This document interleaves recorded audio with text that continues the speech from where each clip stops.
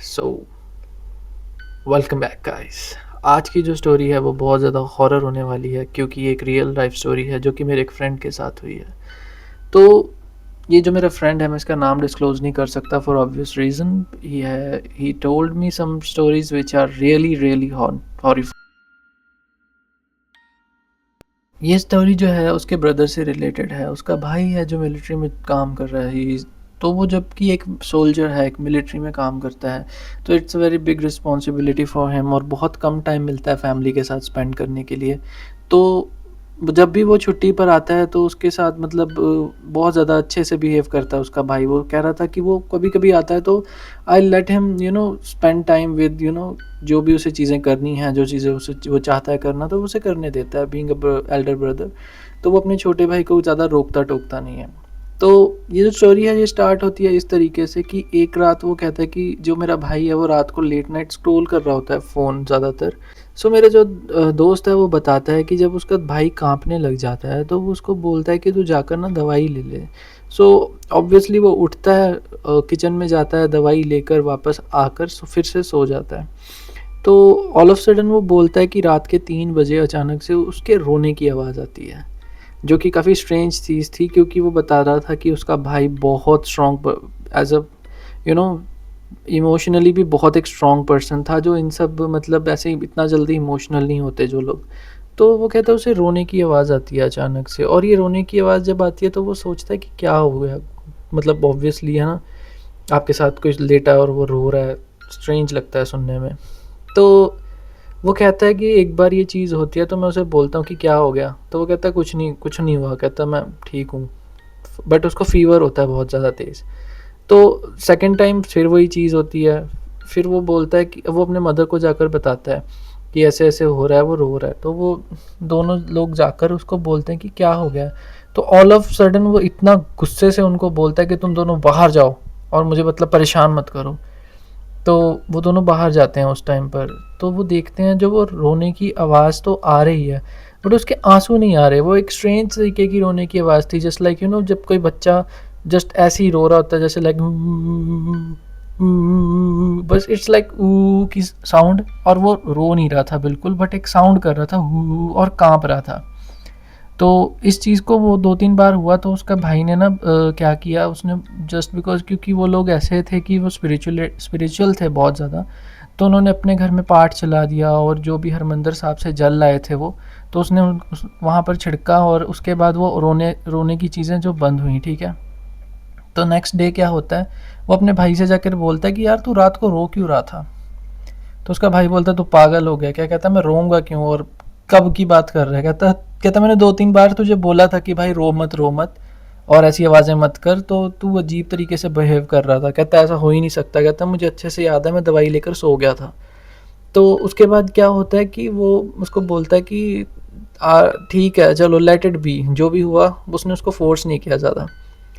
तो फिर क्या होता है, जब मेरे फ्रेंड का जो ब्रदर है छोटा, जो मिलिट्री में था, उसको वापस ड्यूटी पे जाना पड़ता है। तो जब वो वापस जाता है तो कुछ दिनों बाद उसके जो साथी लोग हैं उनका कॉल आता है मेरे दोस्त को। वो बताते हैं कि तेरा भाई यार रात को बड़ा वियर्ड बिहेव कर रहा है। तो वो कहता है कि क्या।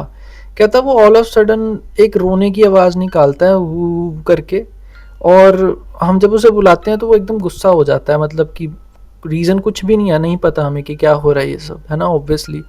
सो वो क्या करता है कि उसको बहुत मतलब टेंशन हो जाती है इस चीज़ की, क्योंकि ही इज़ एल्डर ब्रदर और उसका भाई है जस्ट, है ना। तो वो आउट ऑफ चीज़ें सोचता है कि क्या हुआ। तो वो किसी के पास जाते हैं उनकी फैमिली में ही, जिनको मतलब ऐसी ऊपरली हवाएं या फिर जो भी ये चीज़ें होती हैं स्ट्रेंज, है ना, इनके बारे में नॉलेज होती है थोड़ी। तो वो कहता है कि इससे एक गलती हुई है, ये किसी एक कहते हैं ना वड्डे वडेरे, हमारे पंजाब में वड्डे वडेरे बोलते हैं, या फिर कुछ ऐसे लोग जिनको स्थान दिया होता है। कई लोगों का खेतों में स्थान दिया होता है, कई लोग कुल देवता या फिर ऐसी चीज़ें, कई सारी डीएटीज़ एंटिटीज़ हैं जो हायर लेवल हायर रियलम की होती हैं। कहते हैं ये इसके ऊपर से निकल कर गया है, तो उस वजह से इसको ये चीज़ें हो रही हैं। तो उन्होंने फिर कुछ रिचुअल किया जिसमें उन्होंने बताया कि हमने माफ़ी मांगी, कुछ चढ़ाया, कुछ चीज़ें हुई जिसकी वजह से अब उसको वो चीज़ से काफ़ी ज़्यादा, मतलब काफ़ी ज़्यादा क्या, पूरी तरीके से वो अब ठीक है इस चीज़ को लेकर। तो ये एक इंसिडेंट है जो उसने मुझे बताया, जबकि उसके भाई को बिल्कुल भी इन सब चीज़ों में बिलीव नहीं है, ना वो भूतों में मानता है, ना किसी चीज़ में मानता है। तो एक काइंड ऑफ ये एक इंसिडेंट हुआ जो उसको काफ़ी ज़्यादा लगा कि हाँ, रियल में ये चीज़ें होती हैं और एग्जिस्ट करती हैं। Now coming back to the next story. अब ये स्टोरी भी उसी पर्सन से रिलेटेड है। सो जो मेरा फ्रेंड है वो बताता है कि उसके भाई को एक दिन, क्योंकि वो आर्मी में है और उसको मतलब ट्रेनिंग के लिए कहीं, जैसे होता है ना कि टैंक्स वगैरह की ट्रेनिंग के लिए, ये टैंक को चलाना है, मिसाइल्स लॉन्च करनी है, उन सब की ट्रेनिंग के लिए एक डेजर्टेड एरिया में राजस्थान में लेकर जा गए, मतलब उनको वहाँ पर लेकर जाया गया। सो वो बताता है कि जब उनको वहाँ पर ड्यूटी करनी पड़ती थी रात को, बेसिकली जो भी लोग हैं, क्योंकि कैंपिंग होती है अलग अलग, मतलब तरीके से उनकी ड्यूटीज़ होती है, नाइट ड्यूटी होती है। तो उस टाइम पर उसके भाई की नाइट ड्यूटी लगी हुई थी, एक और पर्सन था साथ में और देवर इन द जीप।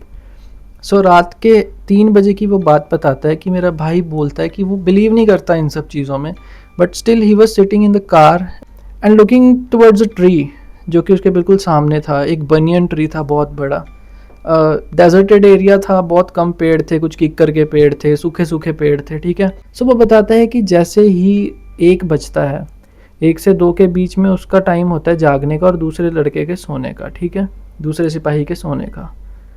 तो वो बताता है कि जैसे ही 1 बजता है, वो पेड़ की जो लताएं हैं, बनियन ट्री की जो लताएं हैं, वो धीरे धीरे मूव होनी शुरू हो जाती हैं। तो वो बहुत ज़्यादा मतलब इस चीज़ को सीरियसली नहीं लेता, वो सोचता है हवा चल रही होगी तो मूव हो गई होगी लताएं। और वो कहता है कि इस लताएं जो चल रही हैं या फिर पेड़ जो है खड़ा है, वो उसके अंदर से ना कोई ऐसा नहीं है कि चारों तरफ सन्नाटा है, डेजर्ट में कोई पेड़ नहीं हिल रहा, सब आसपास के पेड़ स्टिल हैं, बट वो पर्टिकुलर पेड़ के पत्ते हिल रहे हैं और बहुत अजीब आवाज़ कर रहे हैं, और साथ ही साथ उसकी लताएं भी हिल रही हैं। तो ये चीज़ उसको और ज़्यादा अजीब फील करवाती हैं। तो धीरे धीरे वो कहता है कि लताएं ना धीरे कम हिलने से बजाय अब बहुत ज़्यादा तेज़ स्विंगिंग हो रही हैं, मतलब जैसे कोई उनके ऊपर झूल रहा हो। तो वो चीज़ वो देखता है, बट वो साथ वाले लड़के को जगाता नहीं, क्योंकि वो कहता है कि मेरे भाई का दिल जो है वो पक्का है, मतलब इन चीज़ों में वो इतनी जल्दी ऐसी चीज़ों से डरने वाला या फिर वैसा नहीं है। तो वो देखता है चीज़ को। कहते जैसे ही 4 बजे का टाइम होता है, वो पेड़ एकदम शांत हो जाता है, आसपास के पेड़ भी शांत हो जाते हैं। तो अगले दिन जब इस चीज़ के बारे में वो जाकर अपने कैंप में या अपने दोस्तों से बात को शेयर करता है, तो वो उसे ये बताते हैं कि जिस जगह पर तुम्हारी ड्यूटी थी, उस जगह के ऊपर किसी टाइम पर एक शमशान घाट था, क्रेमेशन ग्राउंड था, जहाँ पर लोगों की कब्रें हुआ करती थी, और वो पेड़ के पिछले वाली तरफ सारा एरिया क्रेमेशन ग्राउंड का था। और ये चीज़ें उसने देखी हैं, वो उस चीज़ पे हो सकता है कि कुछ भूत प्रेत या कुछ ऐसी चीज़ें उसके पेड़ के ऊपर स्विंग कर रही हों। तो वो चीज़ सुनकर वो बहुत ज़्यादा घबरा गया। अब हालांकि उसे इस चीज़ के साथ इतना ज़्यादा रेलेवेंट नहीं लगा, क्योंकि वो इन चीज़ों में नहीं मानता था, बट फिर भी जो लोग नहीं भी मानते हैं उन लोगों के लिए भी एक मैसेज है कि चीज़ें अपनी जो है प्रेजेंस वो फील करवा सकती हैं किसी को भी। So now this is the third story, और ये स्टोरी भी उस ही पर्टिकुलर पर्सन से रिलेटेड है। सो इस स्टोरी में जो कहानी है अब उसके साथ रिलेटेड है, उसके मदर की कहानी। सो वो बताता है कि मेरे मदर बहुत ही ज़्यादा, मतलब बहुत ही जैसे कह सकते हैं कि या फिर हार्ड वर्किंग लेडी हैं, मतलब she is into work and everything she is doing by herself. So वो बता रहा था कि एक दोपहर दोपहर के कुछ 12 से 1 बजे के बीच उसके मदर एक गांव के ऐसे चौराहे पे, उनका गांव जस्ट हमारे, जैसे मैं पटियाला से रिलेटेड हूँ, पंजाब से, सो पटियाला में ही कुछ एक रिलेटेड गांव है, वहाँ से वो है।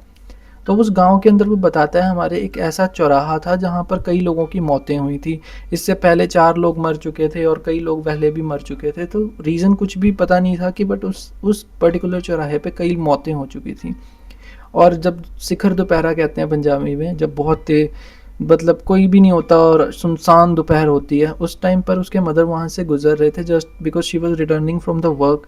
और वो कहता है कि जैसे ही वो वहाँ से गुजरे, ऑल ऑफ सडन उनके शरीर के अंदर उन्हें फील हुआ कि कुछ भारी भारी सा होने लग गया, ठीक है। सो जब ये चीज़ हुई तो उसने मतलब अपने मदर को देखा कि उन्हें फ़ीवर है या फिर ये सब चीज़ है, तो उन्होंने जाकर उनका जनरली चेकअप कराया। उन्हें लगा कि कहीं टाइफाइड या डेंगू उस टाइम पर चल रहा होगा, तो उन्होंने चेक करवाया कि ऐसी कोई चीज़ तो नहीं है। तो वो चेक करवाने पर पता चलता है कि कुछ दिनों के अंदर ही उसके मदर की रिपोर्ट्स में जो इन्फेक्शन के जो आता है कि उसके मदर के रिपोर्ट्स के अंदर डब्ल्यूबीसी बहुत ज़्यादा बढ़ चुका था, नॉर्मल से ज़्यादा डबल।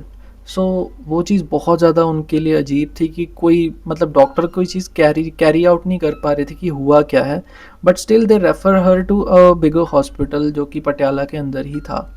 तो वो जब उस हॉस्पिटल में जाते हैं और डॉक्टर से बात करते हैं तो वो बोलते हैं कि तुमने इतना टाइम क्यों लगा दिया इनको मतलब लेकर आने के लिए, ऑलरेडी शी इज़ सफ़र मतलब इतना ज़्यादा सब कुछ आगे इतना बढ़ चुका है, तो तुम लोगों ने इतना टाइम क्यों लगाया।